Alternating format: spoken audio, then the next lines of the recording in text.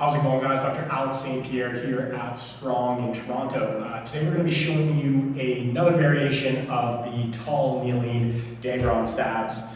So if this is the first time watching your video, this is a static anterior core exercise where we're also trying to help to train or prevent anti-extension. So the theory behind that is we create a little bit of flexion in through the front of our torso to prevent any sort of back bending with things like your deadlift, your overhead pressing, even some horizontal pressing. So sometimes anti-extension is limited by some of the tension in through your quads or through your hip flexors. So the goal with this exercise is to help to take a little bit of tension off the hip flexors by utilizing the antagonistic or the opposite muscle, which is in this case is going to be the hamstrings. So we're going to get into our tall kneeling position. If you haven't seen that exercise or that video, I suggest you start there. Quick little recap. Getting into a tall kneeling position, nice straight line between my knee, my hip, and my shoulder. I'm going to use my lats, stay nice and tight, and you're going to push your dowel into the heart of the dragon. You're going to push hard because the dragon scales are very tough, very hard to penetrate. So that's our tall kneel Dagron stab. In order to advance this, what we're going to do is we're going to keep this position. So it's very important that you maintain the same position through your knee, your hip, and your shoulder. And you're just going to bend the knee and bring the heel up towards the butt.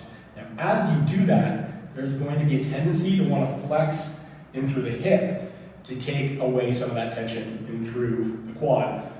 So we're going to try to resist that.